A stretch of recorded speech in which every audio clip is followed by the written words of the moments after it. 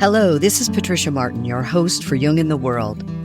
Society tends to regard the quality of being creative as something reserved for artists. We assume that not all people are creative, but Carl Jung had a very different idea. He felt creativity was an impulse found in everyone. His own creative output over his lifetime was massive, including writing and the art that can be found in the Red Book. Joining us today to talk about the spirit of creativity and what it brings to our lives is the poet Mark Nepo.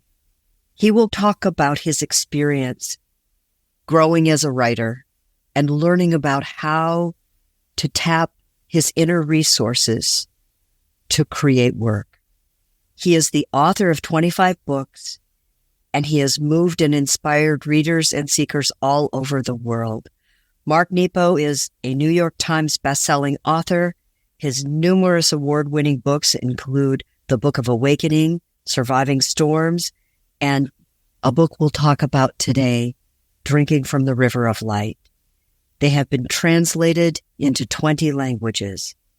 Mark's most recent book, due out in September of 2023, is Falling Down and Getting Up, Discovering Your Inner Strength and Resilience. Mark devotes his writing and teaching to the journey of inner transformation and the life of relationship. Mark Nepo, it's an honor to have you on Jung in the World. Oh, thank you. Thanks for having me. Well, I want to open with a little story about how I found your work. I was on retreat at the Gilchrist Retreat Center in Three Rivers, Michigan. Oh. It was a bleak winter day, and I was holed up, doing my own writing. And I went up to the Thomas Merton Library, and I was just scanning the spines, and I came across a collection of your work, and I pulled one out, sat down with it, and your poems were incandescent. I mean, thank you. I could feel the energy on the page. And I thought to myself, I have to get to know this poet better. And lo and behold, here you are on Jung in the World, and I'm going to be able to get to know you and introduce you to our audience. And so it's a delight to have you. Well, thank you. So speaking of origin stories, we're going to talk a little bit today about another one of your top-selling books, Drinking from the River of Light. And what a title. It must have an origin story. Yeah, it does. And let me just frame it by saying, as you know already, but that Drinking from the River of Light is a book that I really wanted to explore the depth, the healing journey of expression at the heart of all art forms, not reserved for, quote, artists, but that place of creativity within us and between us. So I had the book finished, and I had a different title for it. And my publisher for this book, Sounds True, was saying, well, can you live with it a little more? Can you, it doesn't seem like it's really quite speaking to us. And of course, as any writer, I was open to it, but I was a little like, oh, gee, come on. And I was speaking in London about the previous book, which was More Together Than Alone. And of course, while I was there, I went to the Tate Museum I was speaking at St. James Church, where William Blake was baptized, which was a big thing for a poet. And I went to the Tate Museum as soon as I got in town to see some of Blake's engravings. And so I went up there, and it was in a dark room not to have the light, damage the engravings. And I was walking along, and there were drawings, not engravings. He had, toward the end of his life, and this is interesting about creativity, he wanted to illustrate all of Dante's Divine Comedy, and he had done 102 sketches, drawings, but he only got to engrave 7 before he passed away. And one of the drawings I'm standing before was a drawing of Dante drinking from the river of light. That there was this drawing from coming from the sky, this infinite luminous stream of light, and he was on his knees with his hands cupped drinking. And I was stunned. I was stopped. I was first stopped by, my God, he didn't realize, or maybe he did, but he did a portrait of himself. And then as I stood there more, I said, oh my God, this is a portrait of me too.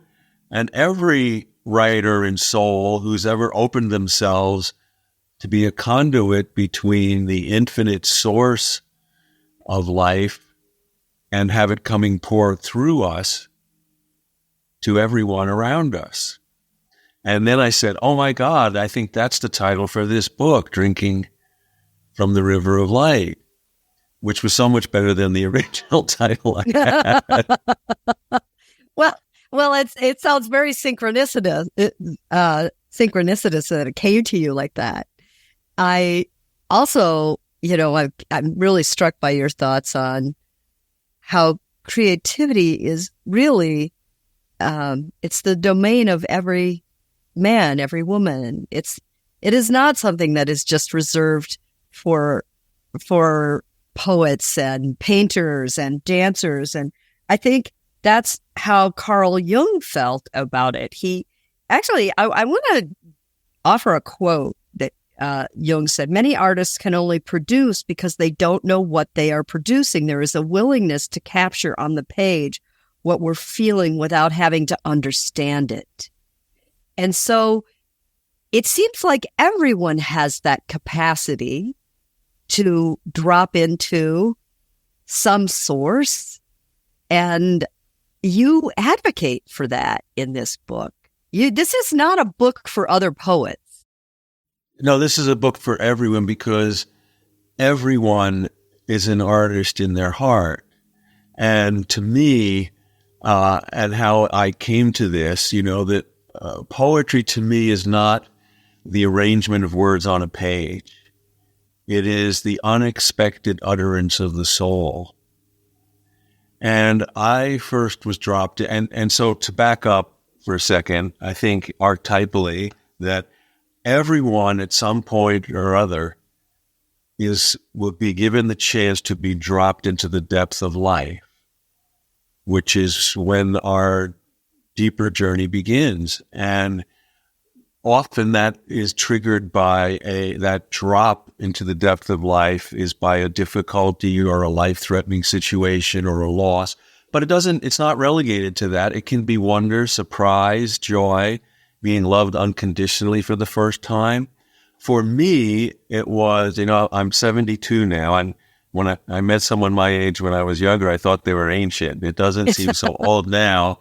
But in my early 30s, I had a life-threatening journey with a rare form of lymphoma, and almost died, and we're still blessed to be here. So in that journey, I was thrown into that was my being tossed into the depth of life, and I was teaching at Albany University. Recently, a few years earlier, gotten my doctorate, and I was on a journey to, I hope maybe if I worked hard enough, maybe I'd write 1 or 2 great poems, that, all of a sudden I'm just, inside out, upside down in the hospital. And now I was climbing a rope of expression just to get to tomorrow. Forget writing great poems. Forget any of that. And that opened me to this deeper journey of expression, that this is a lifeline to being whole and connected to the rest of life. So wanting to write great poems, now I suddenly needed to discover true poems that would help me live. not great, but true. And now I want to be the poem. Yeah, talk about that. Well, the words are really the trail of the moment of the poem, and that poem being the unexpected utterance of the soul. And I feel like creativity is the inlet between the inner life and the outer life. And more than what we create, we are created and shaped for our wholehearted engagement. You know, I use a quote in there by John Ruskin, who was a literary critic, English literary critic, and watercolorist in the 1700s. And he said, the highest reward for a person's toil is not what they get for it, but what they become by it. And then you have this great line in Drinking from the River of Light where you say, quote, the inescapable truth is that the instrument is you. And I sat back and thought about that, in that we can tie ourselves up and shout ourselves down from our inner critic. And the truth is that you put forth in this book is that the instrument is us, and it is a channel. And I'm curious to know, do you write like that every day?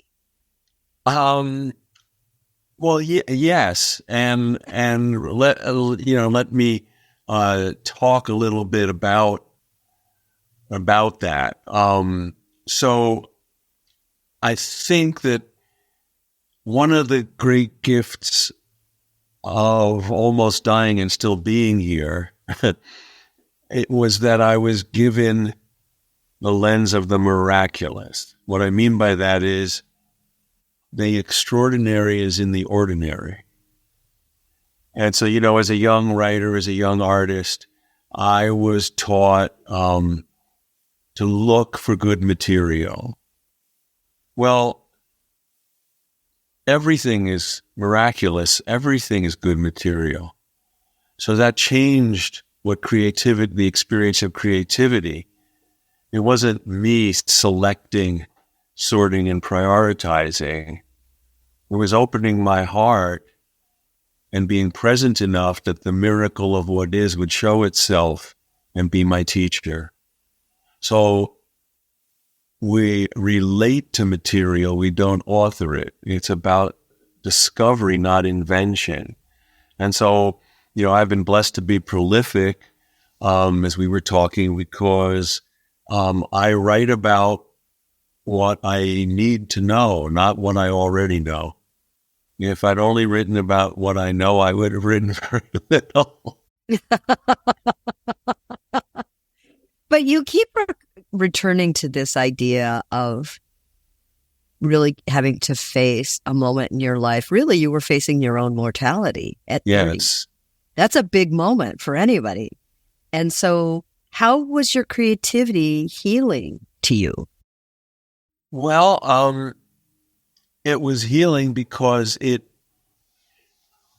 and this is very much so, through being completely myself, I was able to touch into everything that was not me. So through, when I was and so let me tie this back to the real impact of Jung on me. When I was, before I'd written very much, I really knew I was a poet because of a mystical vision. And I started writing in high school because the first woman I fell in love with dumped me and broke my heart, and which is inevitable. And I wasn't a loner, but I didn't have real friends yet till I got to college. I hadn't experienced that depth of connection. So I began writing as a way to heal, and I quickly learned that I wasn't just talking to myself. I had begun a conversation with life and the universe. So then when I got to college, and again, I hadn't written very much, But I went to Cortland State in upstate New York, which is near Syracuse and Binghamton. And the state college is on the top of a hill, and in the bottom is the town. And I was walking downhill to the town one day, and a sudden wind came past my ear from behind me, and it stopped me. And I watched, and of course you can't see wind, but in a few seconds or so, it had reached the far next hill that was maybe half a mile away, and I could see it go through the trees. And in some way, I understood the reach. And in that moment, I knew I was a poet. And as I started, I had I think as a young man, and I was feeling the oneness of things. I was seeing the oneness of things. And I really didn't have anyone to talk to about it. So I was very disoriented, like, am I a little crazy here? And that's when I first read Carl Jung. And in his, in that essay, I forget which one, but the second half of it is about the poet. I think it's in Psychology and Religion. I'm not sure. But there's a line in there where he says the poet is the lightning rod for the unconscious. And that sentence let me know that I wasn't crazy. That sentence made me know in some intuitive way that I was part of a tribe. And since in my life, I have learned, and I believe that the lightning rod is our humanness. The lightning rod is our authenticity. And that when I can be real and authentic, through that authenticity, the rest of life comes through me. And so that I am blessed to record the truth of being here through it's like being authentic and real cleans the window to the rest of life and all that we share. And so, let me take this a little further, because this has been a profound, it's unfolded more deeply as I've lived my life. My parents are gone, but my father, probably been gone about 8-9 years. And toward the end of his life, he had a stroke and he was in the hospital, and I went to see him, of course. And I had this moment when, that I'm sure a lot of people have experienced, where suddenly in the blare and noise of the hospital, I was alone with him and I was feeding him applesauce. And it was a beautiful, bittersweet moment. And I gave myself completely, and all of life was in the spoon, going in and out of his mouth, not wanting to interrupt his breathing, not wanting to hit his teeth, and, tearing and me crying and being with him. And and suddenly, because I gave my all to that moment, I tripped into a moment of wonder, and a moment where suddenly, by being true as I could be to my life experience, I tripped into the moment of every adult child who ever fed a dying parent. And since then, this notion of being the lightning rod, and again, not just the poet, but the open-hearted human being is the lightning rod for the unconscious. And so it seems that, to me, it's recast how I understand resilience. Because resilience, to me, as I've started to explore since that moment, is when I can live what I'm given to the fullest, that brings me to the bottom of my personality, I trip into the well of all personality. Which is the collective. Yes. And so by not mentally, but through the heart, through being and facing and holding what I'm given, in that moment, I wasn't alone. I had the company of everyone who ever fed a dying parent. And I was thoroughly myself, and by being thoroughly myself, I was opened to all that is beyond me. That is such an important feeling. And I believe in my heart that Carl Jung intended us to feel the support of the collective unconscious, meaning we're not in this alone. And yet we live in a very lonely society, and writing is a very lonely business. You talk about, and in fact, I think you quote in your book Plato, who said, "We are born whole, but we need each other to be complete." And I just wondered about this sense of alone and together that seems to be a tension for creative people. Well, it's and let me back, I'll talk about that in how it shows in my life, but let me back up and talk about kind of the spiritual physics of alone and togetherness, if you will, because it's a journey that everyone who ever lived goes through. So in addition to Plato, wonderful thought there, a paradox, you can look in Eastern Europe, in European Jewish villages, rabbis, there was a term Shekinah in Yiddish, which means God is in exile. And what it really means is God is in exile, but God is dormant. And they would go around waking up like spiritual roosters at dawn. They'd go around ringing a bell in these little villages going, Shekinah, Shekinah, like God is dormant. He's only there when you are in relationship. Get up, make God visible. That somehow our souls animate all this. Yes, and I think that's the same at the heart of what I understand Plato, that we're born whole, but we need each other to be complete. It's, like a match. That flame is dormant until it's struck against a surface. And that whole completeness is dormant.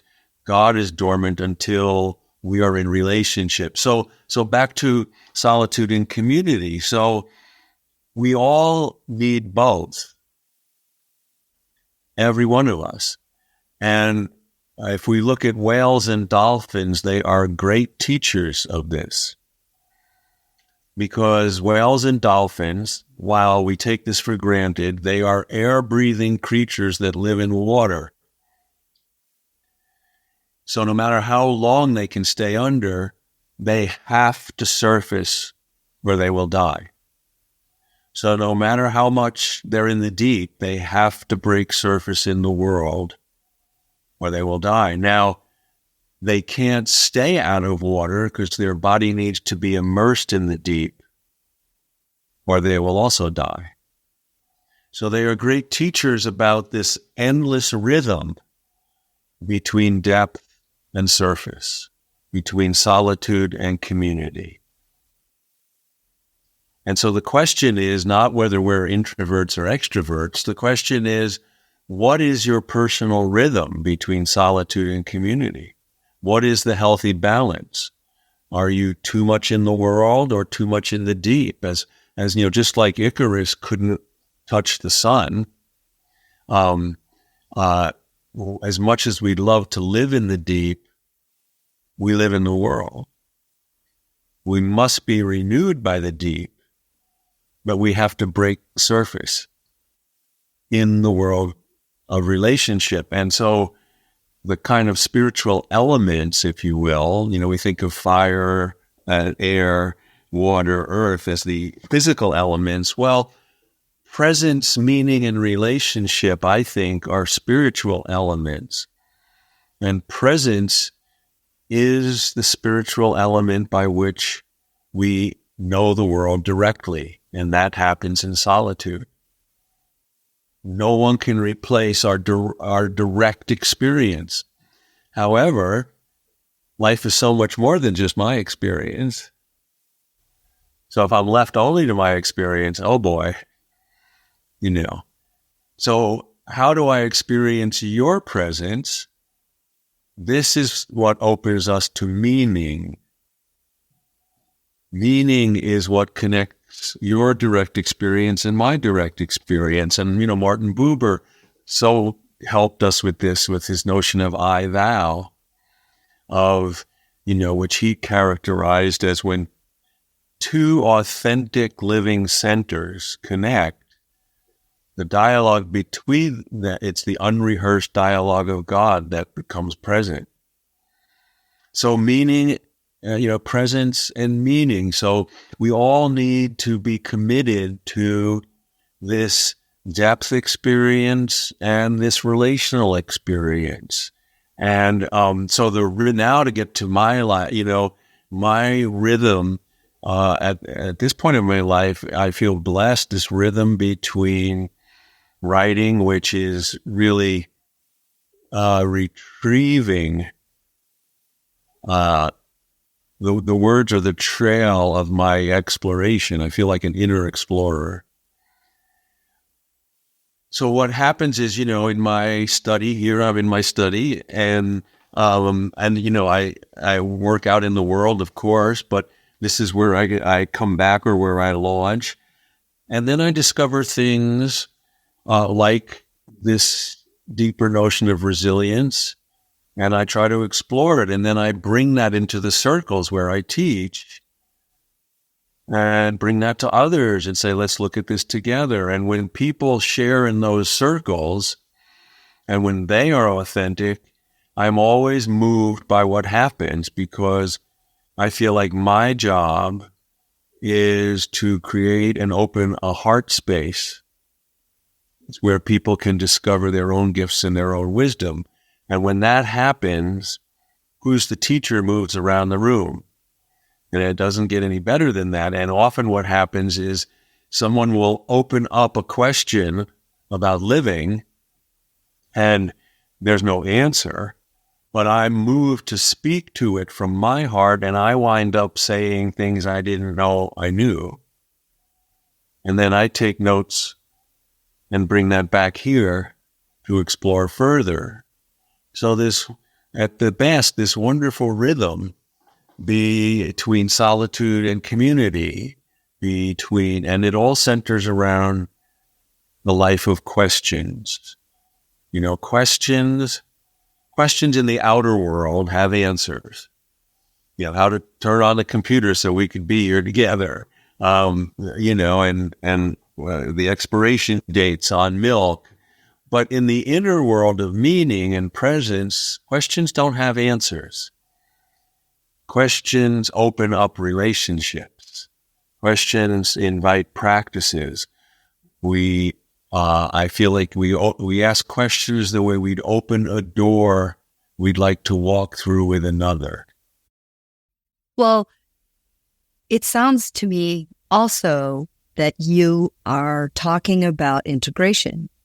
And this was a big theme in Carl Jung's work, that our job in life is to integrate shadow material and light and the unconscious with the conscious. And these are sometimes paradoxical, sometimes they're just metaphoric, but in the end, that integration becomes how we become. The process actually makes us who we are, how we individuate. But I recently read some brain science that said this process of integration also maps to the brain, the hippocampus, and it makes us more resilient.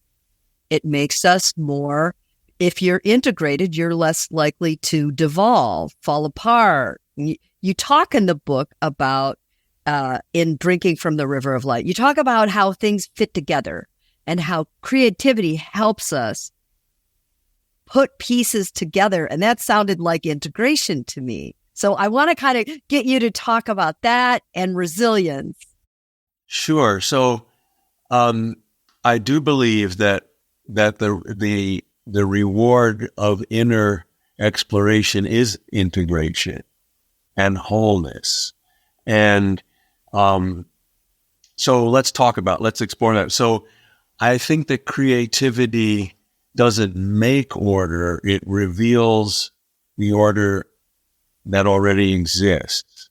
So one of the things that I feel, and not just me, it's, historically, both where spirit and poetry come from the same kind of original starting point, is the belief that all things are connected and that creativity and authenticity, regardless of their form, show us how. How is life itself integrated? So you might be familiar with the Hindu myth of Indra's net. I do, yes, but go ahead and tell us, share it with the audience. So Indra's net, Indra was the god of connection, and it is believed that Indra, in this palace in the sky, he created a net that covered all of existence. And instead of, how a net is made by all these knots that hold it all together, well, instead of a knot, wherever there would be a knot in a normal net, there was a jewel.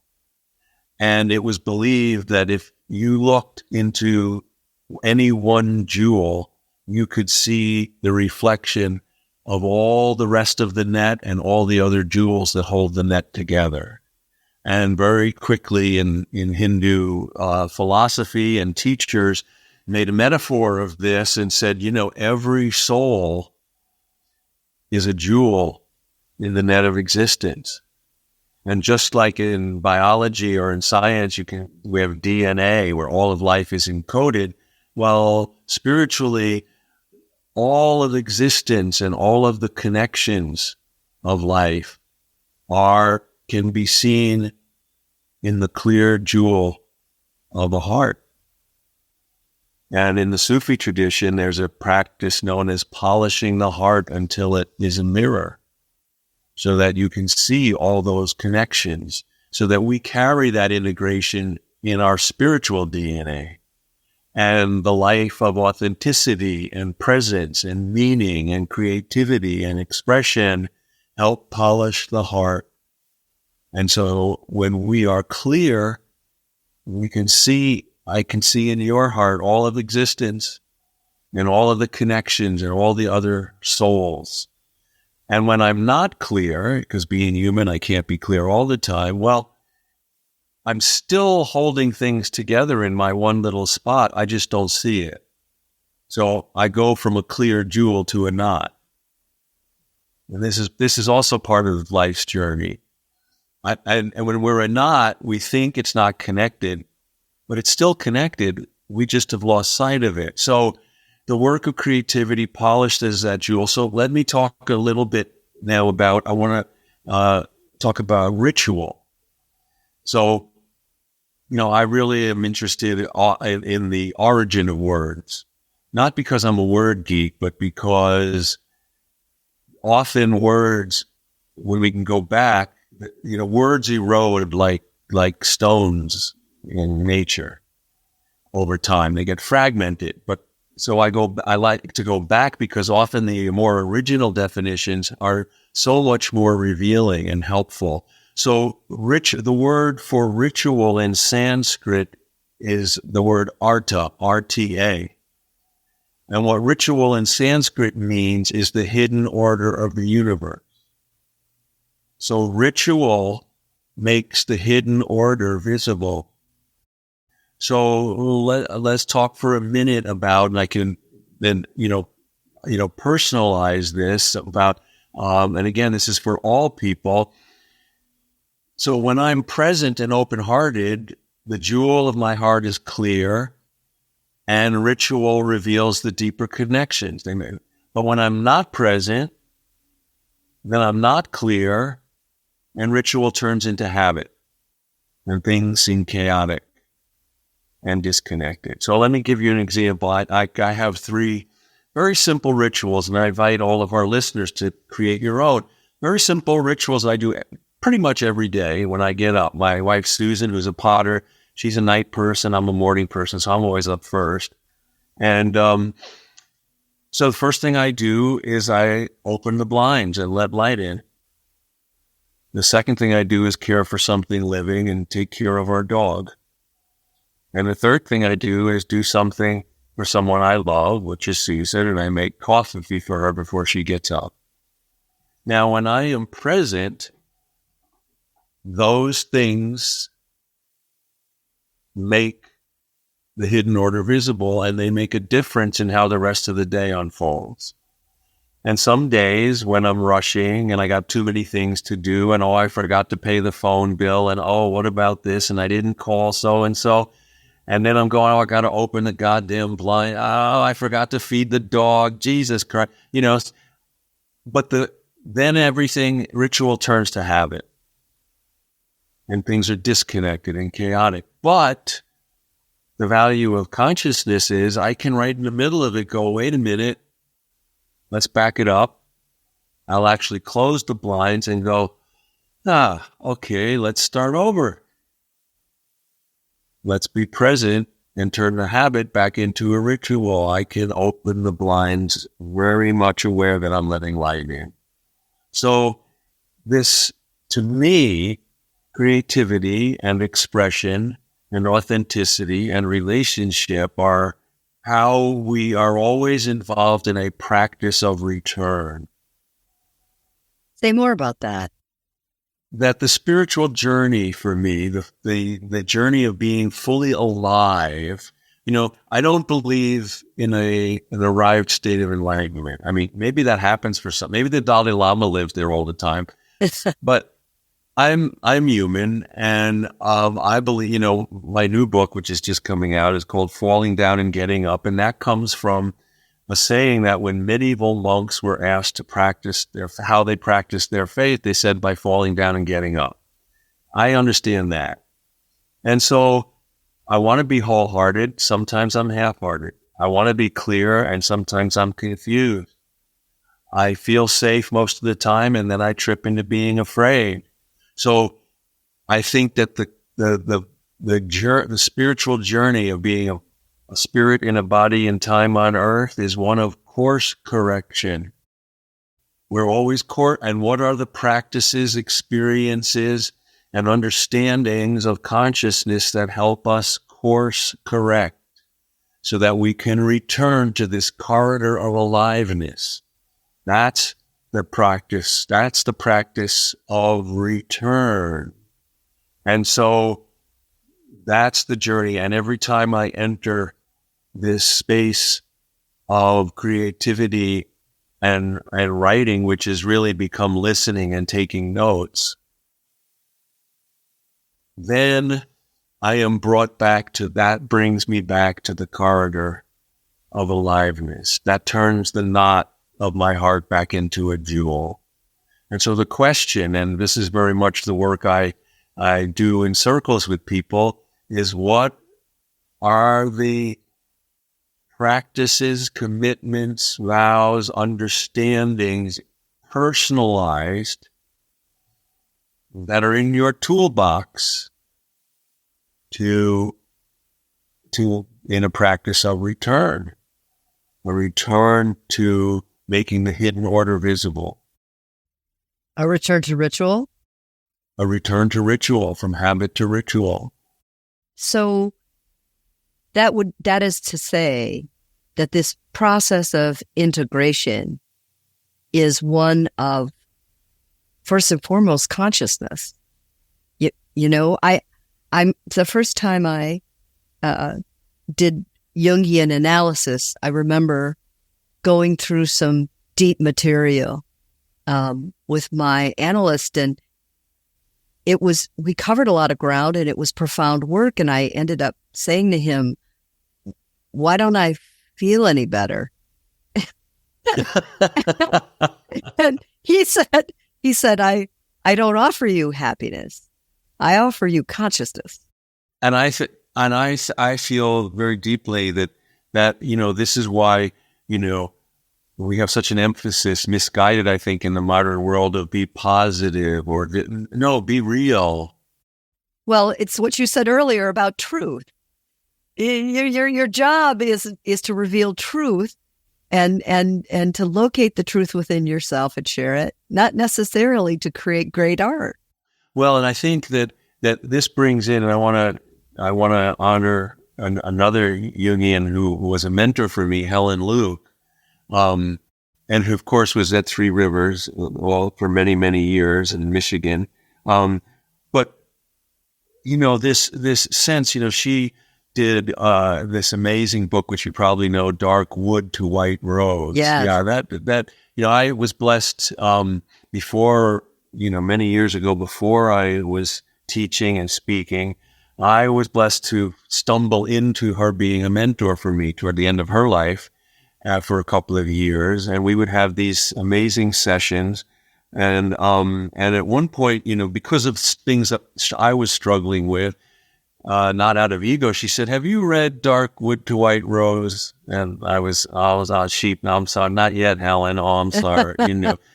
And then after she died, I did read it, and I heard her voice in reading it, and it changed my life. It was one of those profound books, and as you know, she takes Dante's divine journey from hell through purgatory to paradise, and she says, no, this isn't a climb up some mountain of virtue.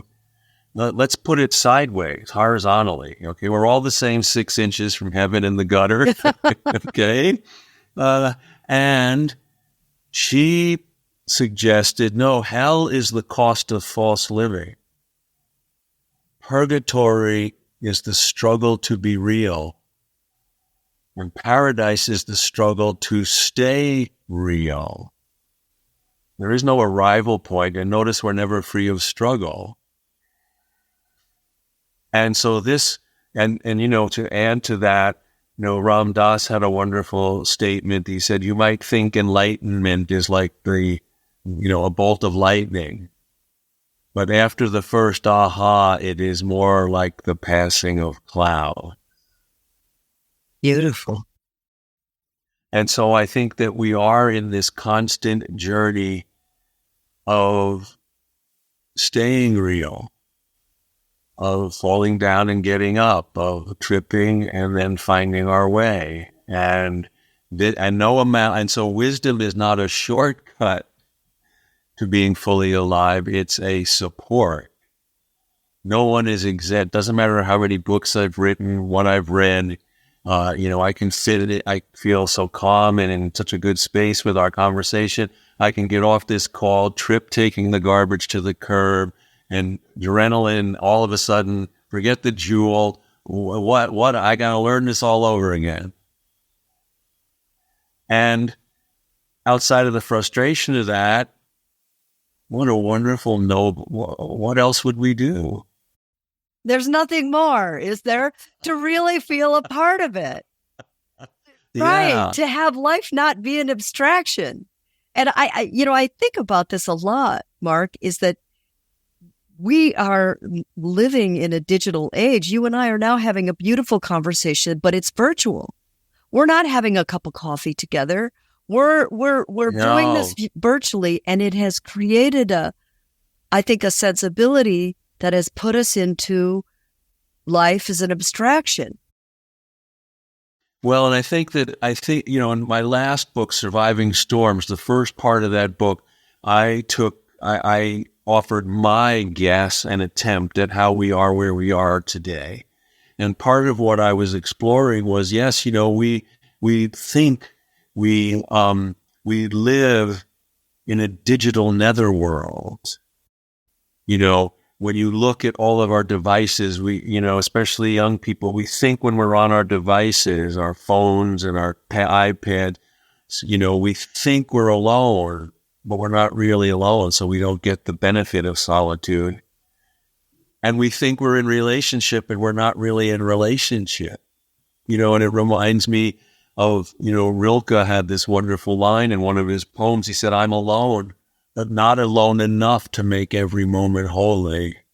And so this, we're not only did the pandemic isolate us, but then this bubble of technology where we think that, and so I frame it like this way, when I was, and this is one of the trappings of the modern world is, when I was a kid, my father, he subscribed to National Geographic. He never traveled much in his life, and he liked to look at the pictures.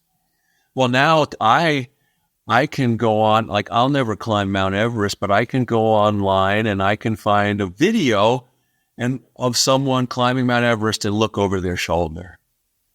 But one of the menacing trappings of the modern world is I didn't climb Mount Everest.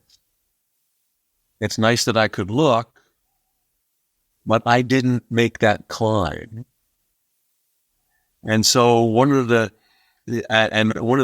illusions in the modern world is that so many of us avail ourselves of these things and we think we made the climb.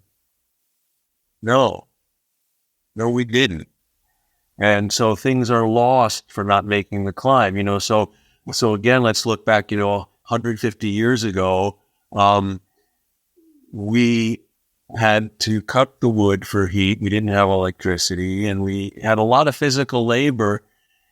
And thankfully, I don't want to cut wood for heat. Thank you. I'm happy with light and switches and okay. So we have to do physical aerobics to compensate for progress. And we have gyms, and we do yoga, and we jog, and we do all these things. Well, what I was just discussing just a moment ago about we now have to have spiritual aerobics to compensate for the loss of a climb. No, we're not, I can go all over the world on the internet. That doesn't mean I made the journey. This is why we need authentic expression and listening and caring. And as you're saying, not a virtual, virtual is great, but it's not a replacement for authentic living. No. And I love the Rilke quote you shared. And it reminds me of our timing today. And that you have, in a week when you are probably juggling so many things to get a new book out and launched into the world, you sat down with us and we had several holy moments together. I want to thank you for that, Mark Nepo. Oh, you're so welcome. Thank you. And I look forward to having you back on Jung and the World again. And maybe we can talk about this new book, Falling Down and Getting Up. Oh, I'd love to. Thank you. Thank you.